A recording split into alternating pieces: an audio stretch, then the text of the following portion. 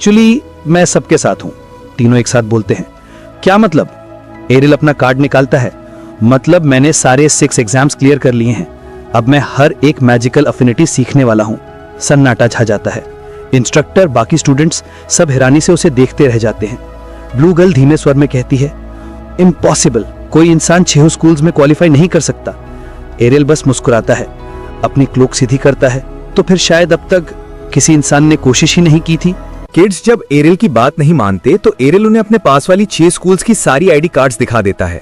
अब सबको यकीन तो हो जाता है, पर यह सवाल भी आता है कि ये स्कूल्स उसे एक साथ अलग अलग जगह पढ़ने कैसे दे रहे हैं। एरिल को लगता है कि शायद हर स्कूल अपने स्टूडेंट्स की जानकारी प्राइवेट रखता है, इसलिए दूसरे स्कूल्स को पता ही नहीं चलता कि कोई बच्चा कहीं और भी एनरोल्ड है। लेकिन असली दिक्कत अभी भी बची थी। एरिल की सारी क्लासेस के टाइमिंग्स आपस में टकरा रहे थे। अच्छा ये था कि अटेंडेंस सिर्फ 20% मार्क्स की थी, तो एरिल सोचता है कि एग्जाम्स में टॉप करके वो इसे मैनेज कर लेगा। कॉलेट उसे समझाती है कि ये भी आसान नहीं होगा, क्योंकि टेक्स्ट बुक्स में वो लेटेस्ट जानकारी नहीं होती जो टीचर्स क्लास में सिखाते हैं। एरिल सिर हिलाता है और बाकी किड्स से पूछता है कि क्या वो अपनी क्लास नोट्स उसके साथ शेयर कर सकते हैं। सब मान जाते हैं और एरिल को खुद सिर्फ 3 ही क्लासेस में जाना पड़ेगा। वैसे भी ब्लैक इंस्टीट्यूट का कोई फॉर्मल शेड्यूल नहीं है, तो अब एरिल को बस व्हाइट और येलो स्कूल संभालने हैं। ये सुनते ही दोनों लड़कियां एक कोने में जाकर आपस में सीक्रेट बात करने लगती हैं। तभी काइडो एरिल से कहता है कि चलो रेड स्कूल की पहली क्लास साथ में अटेंड करते हैं। लड़कियों को लग रहा था कि एक साथ 2 बड़े स्कूल्स को मैनेज करना भी पागलपन है, लेकिन एरिल फिर भी काफी चिल रहता है। डिस्कशंस खत्म होने पर काइडो सबको बोलता है कि चलो अब फर्स्ट क्लास का टाइम हो गया।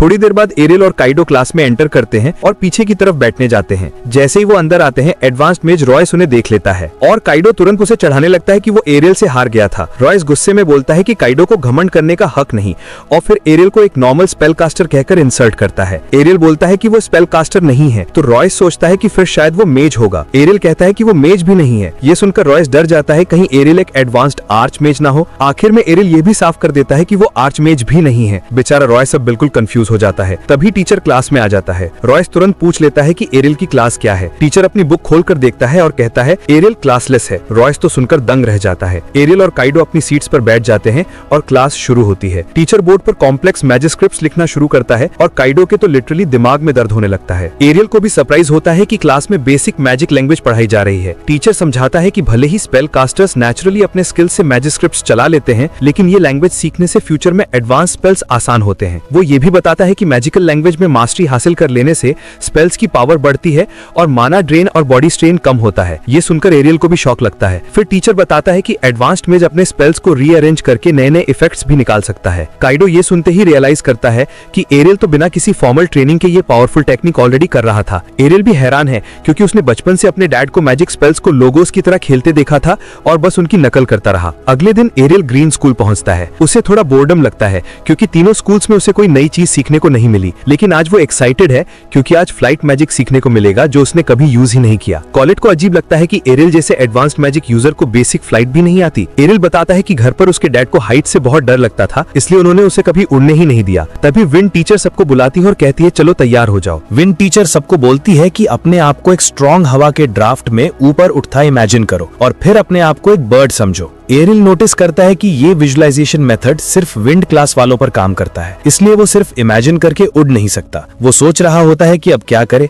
तभी कॉलेट हवा में ऊपर उठने में कामयाब हो जाती है। एरिल उसकी स्किल देखकर इंप्रेस होता है, लेकिन थोड़ी देर में कॉलेट का बैलेंस बिगड़ जाता है और वो वापस जमीन पर गिर जाती है। बाकी स्टूडेंट्स उस पर हंसते रहते हैं, लेकिन कॉलेट ठान लेती है कि वो ये स्किल सीख कर ही रहेगी। एरिल को लगता है कि जिस तरह उसने पहले दिन ही हवा में फ्लोट किया, थोड़ी प्रैक्टिस में वो इजीली मास्टर कर लेगी। फिर एरिल खुद कोशिश करता है, इस बार एक पूरा टॉर्नेडो स्पेल इस्तेमाल करके, लेकिन स्पेल इतना पावर पैक्ड निकलता है कि वो सीधे रॉकेट की तरह आसमान में उछल जाता है। थोड़ी देर बाद जब वो मीटियोराइट की तरह क्रैश होकर जमीन पर गिरता है, तो उसे समझ आता है कि उसका तरीका थोड़ा ज्यादा एक्सट्रीम था। कॉलेट उसे उठने में हेल्प कर ही रही होती है कि तभी एक और स्टूडेंट उनके पास आता है और उनकी हालत पर हंसने लगता है। वो अपने फ्लाइंग स्किल का शो ऑफ करता है और कहता है कि वो तो रेस भी जीत सकता है। एरिल को समझ नहीं आता कि ये रेस है क्या, तो कॉलेट बताती है कि विंड यूजर्स मुश्किल ट्रैक्स में रेस करते हैं, जिससे पता चलता है कि किसका मूवमेंट सबसे बेहतर है। एरिल को यह सुनकर मजा आता है और वो भी रेस में हिस्सा लेने का सोचता है, लेकिन वो लड़का कहता है कि बिना फ्लाइंग स्किल सीखे वो क्वालिफाई ही नहीं कर सकता। एरिल बोलता है कि प्रैक्टिस से स्किल आ जाएगी। फिर वो लड़का टीचर से पूछता है कि अगली रेस कब है? टीचर बताती है 2 मंथ्स में। लड़का हंसकर कहता है कि एरिल को ठीक से उड़ने के लिए कम से कम 6 मंथ्स प्रैक्टिस करनी पड़ेगी, इसलिए अगले साल वाली रेस में ट्राई करना बेहतर होगा। लेकिन एरिल कॉन्फिडेंटली कहता है कि वो अपने विंड स्किल्स को कंबाइन करके इस साल की रेस में भी तैयार हो जाएगा। एरिल की ये कॉन्फिडेंस सुनकर कॉलेट को भी भरोसा हो जाता है कि वो सच में कर सकता है। कुछ दिन बाद काइडो दोनों लड़कियों के साथ ग्रीन स्कूल आता है। कॉलेट का एक सामान यहाँ कहीं खो गया था, पर काइडो सोच रहा था कि इतनी रात को उसे क्यों बुलाया गया। तो कूफा बताती है कि वो यहाँ की क्रीपी र्यूमर से डर रही थी। ये सुनते ही काइडो डर जाता है और तुरंत अपने कान ढक लेता है और फिर कूफा उसे डरपोक कहकर चिढ़ाने लगती है। काइडो याद दिलाता है कि वो खुद कॉलेट के पीछे छुपी हुई है, तो कूफा बहाने बनाने लगती है। दोनों की नोकझोंक के बीच कॉलेट उन्हें शांत रहने को कहती है क्योंकि रात के 12 बजे हैं। तभी अचानक दोनों किड्स देखते हैं कि उसके पीछे एक घोस्ट खड़ा है और वो दोनों चीख पड़ते हैं। घोस्ट विंडो से अंदर आता है और तुरंत कॉलेट का मुंह पकड़ लेता है ताकि वो चिल्ला ना सके। काइडो उसे धमकाता है कि अपने दोस्त को छोड़ दे और स्पेल कास्ट करने की तैयारी करता है। तभी घोस्ट हाथ उठाकर सरेंडर कर देता है और अपनी हुड हटाता है। वो एरिल होता है। वो पूछता है कि बच्चे इतनी रात को यहाँ क्या कर रहे हैं। बच्चे भी पूछते हैं कि वो खुद घोस्ट की तरह क्यों घूम रहा है। एरिल अपने पैरों की तरफ इशारा करता है जो जमीन से थोड़े ऊपर तैर रहे थे और बताता है कि वो हर रात फ्लाइंग स्किल की प्रैक्टिस कर रहा है। कूफा को राहत मिलती है कि वो असली घोस्ट नहीं है, लेकिन काइडो एरिल की सेहत को लेकर टेंशन लेने लगता है। एरिल कहता है कि वो ठीक है क्योंकि असल में वो अभी सो भी रहा है। किड्स शॉक हो जाते हैं कि वो सोते सोते स्पेल कैसे चला सकता है। एरिल बताता है कि वो टाइम बचाने के लिए ऐसा करता है और ये मेथड रिकवरी के लिए भी अच्छा है। कूफा को यकीन नहीं होता कि ऐसा सोना शरीर के लिए अच्छा हो सकता है, लेकिन एरिल जिद में कहता रहता है कि बिल्कुल ठीक है। आखिर में कूफा हार मानकर मान जाती है कि ये लड़का वाकई कमाल कर सकता है। उधर काइडो को एहसास होता है कि वो अपने ट्रेनिंग में कितनी आलस कर रहा था। वो एरिल से कहता है कि वो कभी उसके लेवल तक तो नहीं पहुंच सकेगा, लेकिन अब से वो अपनी टेक्निक्स को मास्टर करने के लिए और मेहनत करेगा। एरिल उसे पहले घोस्ट का डर निकालने की सलाह देता है और लड़कियां भी इंस्पायर होकर ज्यादा मेहनत करने का सोचती हैं। कॉलेट का सामान मिलने के बाद बच्चे घर लौट जाते हैं, जबकि एरिल सोचता रहता है कि अब आगे क्या करना है। एरिल जब ब्लैक स्कूल में एंटर करता है तो लता उसे देखकर तुरंत खुश हो जाती है, लेकिन एरिल बताता है कि वो बस लाइब्रेरी यूज करने आया है, तो लता का मूड तुरंत गिर जाता है। फिर भी वो उसे एक लाइब्रेरी कार्ड दे देती है। एरिल बताता है कि उसे ब्लैक स्कूल की सारी यूनिक बुक्स पढ़नी है क्योंकि ये किताबें कहीं और मिलती ही नहीं। एरिल की ब्लैक मैजिक बुक्स पढ़ने की एक्साइटमेंट देखकर लता उसे अपने ऑफिस में रिक्रूट करने की कोशिश करती है क्योंकि वहाँ कोई और काम करने को तैयार ही नहीं होता, लेकिन एरिल उसकी ये काइंडनेस पोलाइटली मना कर देता है और कहता है कि वो बस बुक्स घर ले जाएगा। अगले दिन एरिल रेड स्कूल की क्लास में बैठा होता है। वो हाथ उठाकर टीचर से एक सवाल पूछता है। जैसे ही टीचर उसकी तरफ मुड़ते हैं, एरिल बताता है कि उन्होंने बोर्ड पर एक लाइन गलत लिखी है। पहले तो टीचर को यकीन नहीं होता, लेकिन बोर्ड देखकर उन्हें पता चलता है कि एरिल सही है। वो तुरंत गलती सही करने लगते हैं। काइडो हैरान रह जाता है कि एरिल टीचर की मिस्टेक तक पकड़ लेता है। एरिल उसे समझाता है कि वो हर स्पेल को पूरा याद करता है क्योंकि उसके पास स्किल नहीं है जो स्पेल्स अपने आप समन कर दे। काइडो को ये जानकर डर सा लगता है कि एरिल इतने कॉम्प्लिकेटेड स्पेल्स याद रखता है। तब एरिल बताता है कि वो लंबे स्पेल्स को छोटा कर देता है ताकि ज्यादा स्पेल्स याद रख सके। टीचर ये सुनकर उत्सुक हो जाते हैं और एरिल को कहते हैं कि बोर्ड पर लिखा हुआ स्पेल अपनी शॉर्टेंड वर्जन में ओवरराइट करके दिखाओ। एरिल मान जाता है और आगे बढ़कर अपना छोटा किया हुआ स्पेल बोर्ड पर लिख देता है। टीचर देखकर दंग रह जाते हैं। एरिल ने पूरे 2 लाइन स्पेल की हटा दी थी। टीचर उसकी टैलेंट की तारीफ करते हैं, लेकिन ये भी बताते हैं कि एरिल के वर्जन में सारी सेफ्टी फीचर्स गायब हैं, यानी स्पेल फेल हुआ तो ब्लास्ट भी हो सकता है। काइडो तो ये सब सुनकर लिटरली चक्कर महसूस करने लगता है। एरिल कामली कहता है कि अगर स्पेल एक्सप्लोड भी हो जाए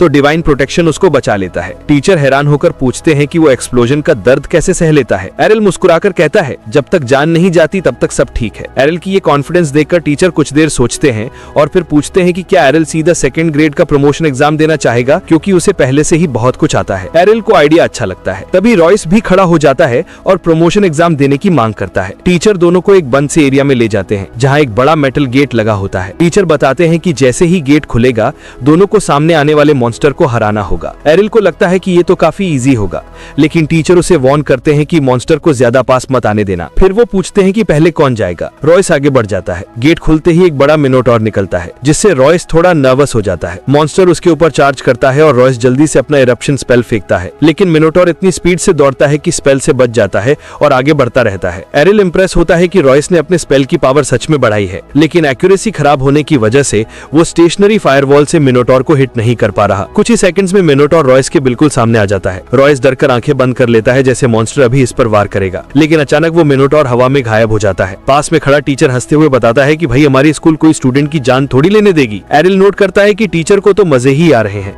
रॉयस अपनी परफॉर्मेंस देखकर बहुत डिसअपॉइंटेड महसूस करता है। टीचर उसे समझाते हैं कि एग्जाम वैसे भी 2 साल की क्लासेस के बाद देना होता है, इसलिए उसके हिसाब से रॉयस ने काफी अच्छा किया, पर रॉयस की आंखें भर आती हैं। उसे लगता है कि 2 साल बाद भी वो शायद उतना स्ट्रांग नहीं होगा जितना एरिल अभी है। रॉयस को आखिर में समझ आता है कि टीचर ने उसे एग्जाम इसलिए दिया था ताकि वो अपनी लिमिट समझ सके। आखिरकार वो मान लेता है कि वो अभी कमजोर है और टीचर से वादा करता है कि अब से वो पूरी मेहनत करेगा। टीचर सिर हिलाकर उसकी बात मान लेते हैं और फिर एरिल को कहती हैं कि अब उसकी बारी है। एरिल एरिना में उतर जाता है। टीचर बताती हैं कि वो भी वही मॉन्स्टर का सामना करेगा। जैसे ही एरिल तैयार होता है, गेट खुलता है और एक और मिनोटॉर बाहर आता है, लेकिन एरिल नोटिस करता है कि ये पिछले वाले से अलग दिख रहा है और टीचर भी कंफ्यूज्ड हो जाती हैं। तभी एक दूसरी इंस्ट्रक्टर भागते हुए अंदर आती है और कहती है कि उसे लगा एग्जाम एरिल के लिए हो रहा है, इसलिए उसने गलती से हायर लेवल मिनोटॉर खोड़ दिया था। ये सुनकर टीचर घबरा जाते हैं। एरिना में नीचे पावरफुल मिनोटॉर सीधे एरिल पर चार्ज करता है। एरिल आराम से 2 ब्लेजिंग फायर स्पीयर्स तैयार कर लेता है। ये देखकर ऊपर बैठे टीचर्स स्टन रह जाते हैं। इंस्ट्रक्टर बैकस कहता है कि भले ही ये छोटे स्पीयर्स इरप्शन जितने स्ट्रॉन्ग नहीं होते, लेकिन मूविंग टारगेट को हिट करना इससे बहुत आसान होता है। एरिल स्पीयर्स को मिनोटॉर की तरफ फेंकता है, लेकिन वो बेहतरीन जंप मारकर उन्हें डॉज कर देता है। टीचर समझ जाते हैं कि हाई लेवल मिनोटॉर इतना इंटेलिजेंट होना नॉर्मल है और उन्हें डर होता है कि कहीं वो टेलीपोर्टेशन ट्रैप भी न तोड़ दे। टीचर सोचती हैं कि एरिल खतरे में है और उसे हेल्प करने की कोशिश करती हैं, लेकिन एरिल शांत आवाज में बोलता है, मैं ठीक हूँ। इंस्ट्रक्टर बैकस उसे याद दिलाता है कि मिनोटॉर पर फ्रंट से अटैक काम नहीं करेगा, इसलिए एरिल एक नई स्ट्रैटेजी ट्राई करता है। इस बार एरिल अपने स्पीयर्स को पीछे से घुमाकर कंट्रोल करता है और दोनों स्पीयर्स सीधे मिनोटॉर की बैक में जा धंसते हैं। मॉन्स्टर वहीं ढेर हो जाता है। इंस्ट्रक्टर हैरान होकर पूछता है कि क्या एरिल ने स्पीयर्स में होमिंग इफेक्ट ऐड किया था। एरिल सिर हिलाकर बताता है कि हाँ, उसने स्पेल में होमिंग मॉडिफाई कर दिया था। फिर एरिल इरप्शन का यूज्ड वर्जन कास्ट करता है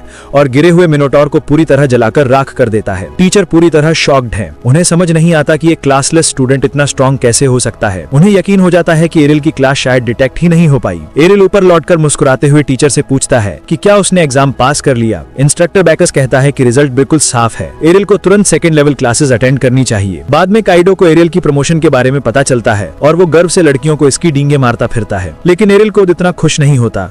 वो कहता है कि वो सिर्फ टीचर की रिकमेंडेशन की वजह से एग्जाम दे पाया। उसे लगता है कि बाकी स्कूल्स शायद उसे ये मौका ही न दें। लड़कियां ये सुनकर समझती हैं कि एरिल शायद उनके स्कूल्स में भी प्रमोशन लेना चाहता है, लेकिन सच तो ये है कि एरिल का प्लान है कि वो 6 स्कूल्स में प्रमोशन लेगा। ये सुनकर तीनों पूरी तरह स्टन रह जाते हैं। वापस घर आकर रीना जब अकेले खाना बनाने की कोशिश करती है तो गर्म बर्तनों से डर जाती है। फराह उसे कहती है कि चाहो तो थोड़ा आराम कर लो, पर रीना हिम्मत करके काम जारी रखती है। वो बड़े ध्यान से मछली को गर्म तेल के ऊपर लाती है और सुरक्षित तरीके से डाल देती है, लेकिन चीटा पड़ते ही फिर भी घबरा जाती है। इस बीच मीरा उसे जल्दी करने को कहती है, लेकिन फराह उसे शांत रहने को बोलती है। वो रीना को समझाती है कि अच्छी चीजें बनने में समय लगता है, ठीक वैसे ही जैसे एरिल ने भी कई घंटों की मेहनत के बाद ताकत पाई थी। लेकिन मीरा को लगता है कि एरिल रीना से कभी कंपेयर नहीं कर सकती। रीना भी मानती है कि एरिल ने उससे कहीं ज्यादा कठिन ट्रेनिंग झेली है और सोचती है कि शायद अभी वो क्या कर रहा होगा। ब्लू मैजिक एकेडमी में एरिल अपनी टीचर हैनल से प्रमोशन एग्जाम देने की परमिशन मांगता है। हैनल उसे साल के एंड तक वेट करने को कहती है, लेकिन एरिल चाहता है कि वो उसे एक्सेप्शनल केस में रेकमेंड कर दें। हैनल उसे याद दिलाती है कि सिर्फ खास स्टूडेंट्स को ही एक्सेप्शंस मिलते हैं। एरिल कहता है कि वो उन्हें अपना वाटर मैजिक दिखा सकता है। हैनल सांस छोड़कर कहती है कि अगर वो उसकी क्लासेस में अच्छा परफॉर्म करेगा तो वो उसे प्रमोट कर देगी, लेकिन एरिल बोल देता है कि उसे वैसे भी उनकी पॉइंटलेस क्लासेस में जाने का मन नहीं था। यह सुनकर हैनल को गुस्सा आ जाता है क्योंकि उसे लगता है एरिल ने उसे इंसल्ट किया है। एरिल तुरंत क्लैरिफाई करता है कि उनकी क्लासेस पॉइंटलेस नहीं है, बस उसकी स्किल के हिसाब से काफी लो लेवल है। उसकी इस एरोगेंस से हैनल और भड़क जाती है और वो उसे चैलेंज देती है कि अगर इतना ही हुनर है कुछ सामने दिखाए। एग्जाम शुरू करने के लिए हैनल उसे एकेडमी के एक सेक्लूडेड यार्ड में स्पारिंग के लिए ले जाती है। एरिल को अपने टीचर के सामने खड़ा देखकर कूफा सोचती है कि क्या वो वाकई एक ऐसे इंसान को हरा पाएगा जो आर्क मेज बनने की करीब है। वार्म अप खत्म होने पर हैनल बताती है कि ड्यूल में फिजिकल अटैक्स अलाउड नहीं है। एरिल रूल्स मानकर पीछे हटता है, लेकिन हैनल उसे याद दिलाती है कि इस लड़ाई में वो चोटिल भी हो सकता है। एरिल को नियम इतनी आसानी से मानते देख हैनल सोचती है कि क्या उसे सच में लगता है कि वो उसे हरा सकता है। एरिल मुस्कुराकर कहता है कि 100% श्योर तो नहीं है, लेकिन उसे लगता है कि उसके खिलाफ उसकी चांसेस अच्छे हैं। उसकी कॉन्फिडेंस से हैनल गुस्से में आ जाती है और ड्यूल एक पावरफुल आइस टॉर्नेडो स्पेल से शुरू करती है। तेज बर्फीली हवा एरिल को एक बड़े आइस ब्लॉक में कैद कर देती है, जिससे कूफा घबरा जाती है। हैनल को लगता है कि वो लड़ाई जीत चुकी है और वो कूफा को कहती है कि इस मैच से सीख लेना। तभी अचानक एरिल अंदर से आइस तोड़कर बाहर आ जाता है। उसने खुद को बचाने के लिए आइस बैरियर स्किल का इस्तेमाल किया था। अब हैनल को उसकी ताकत पर सच में हैरानी होती है। इसके बाद एरिल दर्जनों आइस स्पाइस शमन करके हैनल पर हमला करता है। हैनल एक पल को शांत हो जाती है, सोचकर कि ये तो बेसिक स्किल है, लेकिन एरिल तुरंत एक और बैच आइसिकल्स तैयार कर लेता है। वो हैनल पर अपने आइसिकल्स फेंकता है और हैनल अपने आइस एजेस से उन्हें डिफेंड कर लेती है। ये देखकर एलन मानता है कि हैनल सच में टीचर बनने के लायक है। उधर हैनल को याद आता है कि एरिल ने एंट्रेंस एग्जाम एग्जाम में भी यही अटैक इस्तेमाल किया था, जिससे उसे लगता है कि ये उसका स्पेशलिटी स्किल है। हेनल कहती है कि आइस स्पेल्स उसकी भी स्पेशलिटी है। एरिल फिर उसे सीधा आइस एज डुअल की चैलेंज दे देता है। एरिल पहले से भी ज्यादा आइसिकल्स बनाता है और हेनल भी आसानी से उसके अटैक को मैच कर लेती है, लेकिन इस बार एरिल उसकी लेफ्ट, राइट और पीछे तीनों दिशाओं में 100 और आइसिकल्स बना देता है, जिससे हेनल पूरी तरह एक आइस सर्कल में फंस जाती है, क्योंकि किसी आइसिकल की डायरेक्शन बदलना एक बेहद कॉम्प्लेक्स स्पेल मॉडिफिकेशन है। हेनल को अब समझ आ जाता है कि वो पूरी तरह ओवर पावर हो चुकी है और उसके पास रिएक्ट करने का कोई मौका नहीं बचा। एरिल अपने सारे आइस एजेस उसकी तरफ छोड़ देता है, तो हेनल तुरंत एक बैरियर बना के उन्हें रोक लेती है। अटैक रोकते हुए हेनल हैरान रह जाती है। इतना ज्यादा माना खर्च करने के बाद भी एरिल के हमलों की ताकत कम नहीं हो रही थी, लेकिन वो नोटिस करती है कि एरिल के आइस एजेस उसकी बैरियर के आसपास ही जम रहे हैं, जिससे उसकी बैरियर और भी मजबूत हो रही है। हेनल सोचती है कि जैसे ही एरिल का माना खत्म होगा तब उसकी बारी आएगी हमला करने की, लेकिन तभी एरिल कहता है कि वो अब मैच खत्म करने वाला है। हेनल हैरान हो जाती है और उसे याद दिलाती है कि उसकी एक भी आइसिकल उसकी शील्ड को चीर नहीं पाई। एरिल शांत होकर कहता है कि वो ऐसा चाहता भी नहीं था। अगले ही पल एरिल ऊपर से एक ग्लेशियल लैंस लॉन्च कर देता है। हेनल सोच नहीं पाती कि उसके पास इतना माना बचा कैसे है। जैसे ही लैंस उसकी तरफ आता है, हेनल एक और आइस शील्ड बनाती है, लेकिन उस लैंस की तेज धार इतनी शक्तिशाली होती है कि वो उसकी शील्ड को चीरते हुए उसे हरा देता है। डुएल जीतने के बाद एरिल एकेडमी से बाहर निकलकर बच्चों से मिलता है। बच्चों को पता चलता है कि हेनल ने उसे बिना किसी और एग्जाम के सीधा हायर क्लास में प्रमोट कर दिया है, क्योंकि उसने उसे मुकाबले में हरा दिया था। सभी टाइप्स की मैजिक को मास्टर करने के गोल के साथ एरिल अब ग्रीन स्कूल में प्रमोट होने के लिए आगे बढ़ता है। कोलेट के साथ वो अपनी विंड टीचर से बात करता है। टीचर उसे बताती है कि ग्रीन स्कूल में वैसे एक्सेप्शंस नहीं दिए जाते जैसे दूसरी स्कूल्स में होते हैं। ये सुनकर कोलेट एरिल को खींचकर बाहर ले जाने की कोशिश करती है, लेकिन तभी टीचर स्कूल का पॉलिसी बुक देखती है और उसे पता चलता है कि हेडमास्टर चाहे तो किसी भी स्टूडेंट को डायरेक्ट प्रमोशन दे सकता है। एरिल को लगता है कि अब उसकी उम्मीद बन सकती है, लेकिन टीचर साफ कह देती है कि वो उसे हेडमास्टर को डिस्टर्ब करने नहीं देगी। वो एरिल को वार्न भी करती है कि अगर उसने हेडमास्टर को परेशान किया तो उसे स्कूल से निकाल भी दिया जा सकता है। ये सोचकर एरिल शांत हो जाता है। वो ऐसा बिल्कुल नहीं चाहता। कोलेट को समझ नहीं आता कि एरिल इतनी जल्दी में क्यों है। एरिल बताता है कि वो उस इंसान को कैचअप करना चाहता है जिसे वो एडमायर करता है। वो टीचर से पूछता है कि क्या वो सीधे अपनी स्किल्स दिखाकर खुद को प्रूव कर सकता है, लेकिन टीचर हर बार मना कर देती है। आखिर कोलेट को एक आइडिया आता है। वो बताती है कि फ्लाइंग रेस इवेंट के बाद हेडमास्टर खुद फर्स्ट प्लेस विनर को प्राइज देते हैं। ये सुनकर एरिल को लगता है कि इसी बहाने हेडमास्टर से सीधे मुलाकात हो सकती है, लेकिन टीचर उसे याद दिलाती है कि रेस बहुत टफ होती है। 300 से ज्यादा पार्टिसिपेंट्स होते हैं। एरिल को अपनी जीत पर पूरा भरोसा है, इसलिए वो किड्स के साथ रेस में हिस्सा लेने चला जाता है। बच्चे उसकी हौसला अफजाई करते हुए उसे चीयर करते हैं। तभी वही घमंडी विंड यूजर स्केक वहाँ आकर खड़ा हो जाता है। एरिल उसे पहचान नहीं पाता, जिससे स्केक का ईगो हर्ट हो जाता है। वो अपना इंट्रोडक्शन देकर कहता है कि वो दुनिया का बेस्ट विंड यूजर बनेगा। एरिल शांति से जवाब देता है कि इस रेस को वो जीतने वाला है। स्केक को याद आता है कि एरिल 2 महीने पहले ठीक से उड़ भी नहीं पाता था। वो सोचता है कि एरिल इतनी जल्दी इतनी इंप्रूवमेंट कैसे कर सकता है। एरिल बताता है कि उसने बहुत प्रैक्टिस की है, लेकिन स्केक को भरोसा नहीं होता। तभी इवेंट अनाउंसर ग्रेड प्रतियोगिता शुरू करने का ऐलान कर देता है। ग्रेड सबको समझाता है कि रेस उनकी स्कूल से शुरू होगी, पूरे मैजिक सिटी का एक बड़ा चक्कर लगाकर वापस यही खत्म होगी। फिर वो हेडमास्टर की तरफ इशारा करता है, जो आज स्पेशल गेस्ट के तौर पर आए हैं, और ऑडियंस से कहता है कि उनके लिए जोरदार चीयर करो। हेडमास्टर भी सभी स्टूडेंट्स को सेफ रहने की सलाह देते हैं। इसके बाद ग्रेट कमेंटेटर का परिचय कराता है, इंस्ट्रक्टर डम्बल। जैसे ही हैंडसम डम्बल स्टेज पर आते हैं, सारी लड़कियां एक्साइटमेंट में चिल्लाने लगती हैं, और ये देखकर काइडो जलने लगता है कि सारी अटेंशन डम्बल को मिल रही है। सारी तैयारियां पूरी होने के बाद पार्टिसिपेंट्स लाइन में खड़े हो जाते हैं। थोड़ी ही देर में ग्रिड रेस शुरू करता है और सारे मेजर्स हवा में उड़ जाते हैं, लेकिन शुरू होते ही कई इनएक्सपीरियंस्ड मेजर्स आपस में टकरा जाते हैं, जिससे सिर्फ स्किल्ड मेजर्स ही असली रेस में आगे रह जाते हैं। ग्रिड कमेंट्री कर रहा होता है कि अचानक एक स्टूडेंट अपना मैजिक कंट्रोल खो देता है और ऑडियंस में जा गिरता है। उसकी हालत देखकर साफ पता चलता है कि उसकी बोन्स बुरी तरह टूट गई हैं। डम्बल कैजुअली कमेंट करता है कि उसने पिछले साल भी यही गलती की थी। इस बीच डायोन टॉप 15 में सबसे आगे उड़ रही होती है और डम्बल नोटिस करता है कि इस बार टॉप पैक में कुछ नए फेसेस भी शामिल हैं। एरिल को देखते ही स्केक को समझ नहीं आता कि एरिल इतनी तेज स्पीड पर उसके साथ कैसे उड़ रहा है। एरिल उसे बताता है कि टॉप कंपेटिटर्स अभी असल में स्लो उड़ रहे हैं, क्योंकि इतनी लंबी रेस के लिए स्टेमिना बचाना पड़ता है। ये सुनकर स्केक दंग रह जाता है कि एरिल इस तेज स्पीड को भी स्लो बोल रहा है और अपनी शौक छुपाने की कोशिश करता है। तभी एरिल को गेट के पास आने वाली एक तेज शार्प टर्न दिखाई देती है। स्कूल गेट का पाथ बहुत नैरो होता है, तो वो पूरी फोकस के साथ परफेक्ट टर्न लेने की तैयारी करता है। ग्रिड गेट पर पहुंचकर ऑडियंस को उकसाता है कि देखें क्या टॉप कंपेटिटर्स ये डेंजरस टर्न ले पाएंगे या नहीं। पहले 2 मेजर्स टर्न लेने से पहले ही कंट्रोल खो देते हैं और सीधा सिटी की लेक में जा गिरते हैं। उनके पीछे आते हुए स्केक पूरी ताकत से शार्प टर्न लेता है और किसी तरह बाहर निकल पाता है। उसे लगता है कि उसने आखिर एरिल को पीछे छोड़ ही दिया, लेकिन एरिल बिल्कुल काम अंदाज में उसके पीछे धीरे धीरे आ जाता है। थोड़ी देर बाद ग्रिड स्टूडेंट्स के साथ सिटी के ऊपर उड़ते हुए बताता है कि रेस आधी खत्म हो चुकी है। डायोन अभी भी सबसे आगे है। डम्बल को लगता है कि वो इस साल भी जीत जाएगी, क्योंकि वो लगातार 3 साल से रेस जीतती आ रही है, लेकिन स्केक और एरल दोनों अब भी उससे पेस बनाकर चल रहे हैं। ग्रिड को लगता है कि इस बार एक बड़ा अपसेट देखने को मिल सकता है। उधर डायोन को हैरानी होती है कि फर्स्ट ईयर स्टूडेंट्स उसकी स्पीड के साथ कैसे उड़ पा रहे हैं, तो वो सीरियस होने का फैसला करती है और अपनी स्पीड और बढ़ा देती है। स्केक भी उसे पकड़ने की कोशिश करता है, लेकिन थोड़ी देर बाद उसे पता चलता है कि उसका मानव पूरी तरह खत्म हो चुका है। वो हार मानकर पीछे रह जाता है। डम्बेल उसे फर्स्ट ईयर होने के बावजूद इतनी इंप्रेसिव परफॉर्मेंस देने के लिए प्रेज करता है। अब ग्रिड का ध्यान सिर्फ एरल और डायोन पर जाता है। एरल अभी भी डायोन के साथ उड़ रहा है। ये देखकर डायोन स्पीड को और बढ़ा देती है। एरल जानता है कि वो अपनी नेचुरल स्पीड इससे ज्यादा नहीं बढ़ा सकता, तो वो अपना सीक्रेट बूस्ट स्किल एक्टिवेट करता है। उसके बूट्स के नीचे से हवा फटते हुए निकलती है और वो अचानक ही डायोन के बराबर आ जाता है। एरल की रफ्तार देखकर ग्रिड भी चौंक जाता है। तब डम्बल एक्सप्लेन करता है कि एरल अपने पैरों के नीचे मोटी हवा को कंडेंस करके उसे किक कर रहा है और उसी फोर्स से खुद को आगे प्रोपेल कर रहा है। ग्रिड हैरान रह जाता है क्योंकि उसे लगा ही नहीं था कि ऐसा स्पेल कभी पॉसिबल भी हो सकता है। डम्बल बताता है कि सामान्य तौर पर एयर बर्स्ट सिर्फ थोड़ा सा स्पीड बूस्ट देते हैं, लेकिन एरल की स्पीड तो इस टेक्निक से अचानक कई गुना बढ़ गई है। तो ग्रिड समझ ही नहीं पाता कि वो ये कर कैसे रहा है। एरल की अविश्वसनीय स्पीड को समझाते हुए डम्बल अंदाज लगाता है कि उसकी टांगे बेहद ताकतवर होंगी, क्योंकि ऐसी टेक्निक तो सिर्फ सुप्रीम क्लास स्वॉर्ड्समैन ही इस्तेमाल कर पाते हैं। डम्बल की कमेंट्री सुनकर एरल खुद भी खुश हो जाता है कि उसने सही अंदाज लगाया। असलियत में एरल सोर नाम का स्वॉर्ड्समैन मूवमेंट स्किल इस्तेमाल कर रहा है। जैसे जैसे फाइनल पार्टिसिपेंट्स फिनिश लाइन की तरफ बढ़ते हैं, ग्रिड सोचता है कि आखिर कौन जीतेगा, लेकिन डम्बल कहता है कि अभी भी चीजें आसान नहीं हैं, क्योंकि फिनिश लाइन तक पहुंचने के लिए एक और शार्प टर्न लेना होगा और उनकी करंट स्पीड पर अपनी अचानक टर्न लेना ऑलमोस्ट इम्पॉसिबल है। डियोन भी नोटिस करती है कि उसे टर्न लेने से पहले अपनी स्पीड कम करनी पड़ेगी। वो एरल के स्लो होने का इंतजार करती है ताकि वो उससे थोड़ा आगे निकल सके, लेकिन एरल टर्न आने पर भी अपनी स्पीड कम करने से इनकार कर देता है। मजबूर होकर डियोन को खुद को बचाने के लिए पीछे रहना पड़ता है। ग्रिड एरल के लीड लेने की तारीफ करता है, लेकिन उसे पूरा यकीन है कि एरल इस स्पीड पर टर्न बिल्कुल नहीं ले पाएगा। फिर भी एरल उसे गलत साबित कर देता है। वो सामने की हवा में जोर से मुक्का मारता है, जिससे रिवर्स फोर्स लगकर उसका शरीर थोड़ा पीछे धकेलता है और उसकी स्पीड उतनी कम हो जाती है जितनी टर्न लेने के लिए जरूरी है। इन पंचेस की मदद से वो आसानी से शार्प टर्न लेकर गेट पार करता है और फिनिश लाइन क्रॉस कर जाता है, और इस तरह वो अपनी जिंदगी की पहली रेस जीत लेता है। एरल की जीत के बाद डियोन मुस्कुराकर उसे बधाई देती है। वो तय करती है कि अगले साल फिर कोशिश करेगी। कुछ देर बाद स्केक भी धीरे धीरे उड़कर आता है और तीसरे स्थान पर रेस खत्म करता है। रेस के बाद हेडमास्टर खुद एरल को बधाई देते हैं और उसे सर्टिफिकेट व मेडल देकर सम्मानित करते हैं। अवार्ड्स लेने के बाद एरल तुरंत हेडमास्टर से रिक्वेस्ट करता है कि उसे प्रमोट किया जाए, क्योंकि उसने अपनी एबिलिटी साबित कर दी है। हेडमास्टर उसकी परफॉर्मेंस से प्रभावित होकर उसे सेकंड ग्रेड में प्रमोट करने के लिए मान जाते हैं। फिर वो पूछते हैं कि एरल ने इतनी एडवांस्ड फ्लाइट मैजिक कहाँ सीखी। एरल कैजुअल अंदाज में कह देता है कि उसने सब कुछ स्कूल से ही सीखा है, लेकिन हेडमास्टर को यकीन नहीं होता कि इतनी high level magic basic classes में सिखाई जाती है। वो एरल को शुभकामनाएं देकर चले जाते हैं। एरल खुश होता है कि अब उसे रेड, ब्लू और ग्रीन स्कूल्स में प्रमोशन मिल चुका है और अब वो बाकी 3 स्कूल्स को भी कॉन्कर करने का इंतजार नहीं कर पा रहा। और इसी के साथ ये वीडियो यहीं खत्म हो जाती है। उम्मीद है दोस्तों आप लोगों को ये वीडियो पसंद आई होगी, और अगर पसंद आई हो तो वीडियो को लाइक और चैनल को सब्सक्राइब कर देना। मिलते हैं अगली वीडियो में ऐसी ही एक धमाकेदार एनिमे के साथ।